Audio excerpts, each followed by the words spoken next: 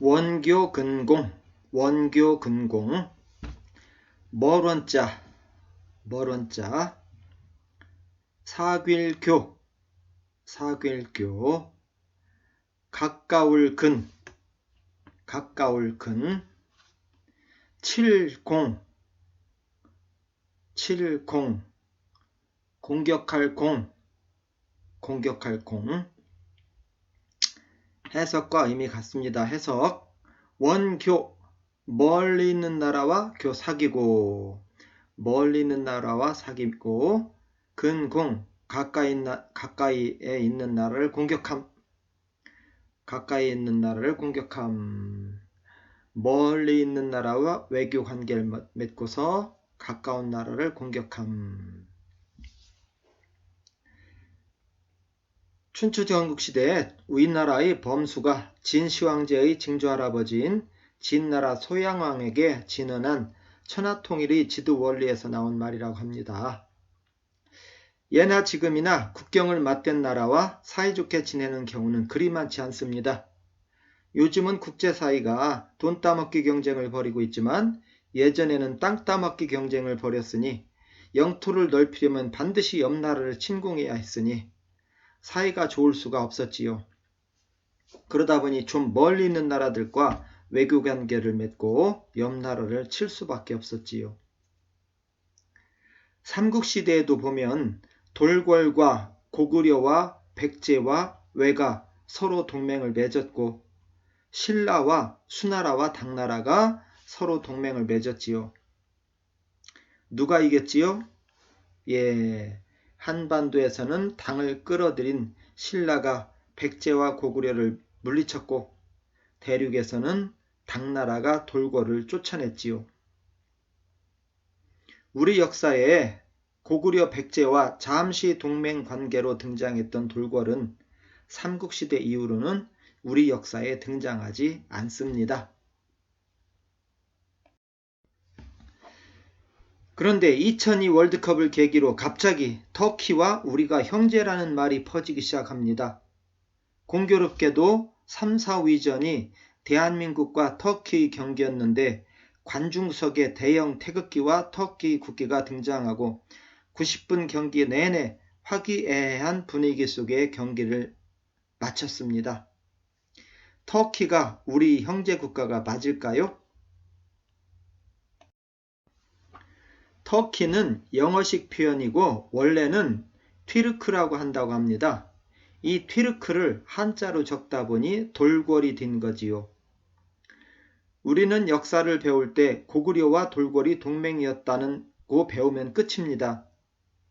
그런데 터키에서는 돌궐과 고구려가 동맹이었는데 그 고구려의 후손이 대한민국이라는 내용이 역사 교과서에 5에서 6페이지에 걸쳐 실려 있다고 합니다.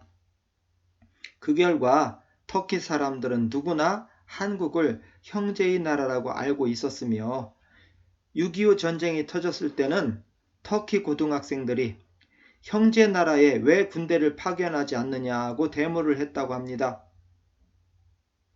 6.25 전쟁 때는 미국, 영국, 캐나다 다음으로 많은 15,000여 명의 군대를 보내 미군 다음으로 많은 3,500명의 사상자가 나올 만큼 열심히 싸웠다고 합니다. 그리고 전쟁 중에도 자신들의 월급을 떼어 부모를 잃은 고아들을 돌보는 고아원을 한국 곳곳에 50여 곳을 운영할 정도로 한국을 사랑했다고 합니다. 그런데 특이한 것은 6.25 전쟁에 참여했던 터키 병사들이 한국에 온 지 얼마 지나지 않아 한국말을 스스로 터득했다고 하네요. 왜 그럴까요? 형제의 나라에 왔기 때문에?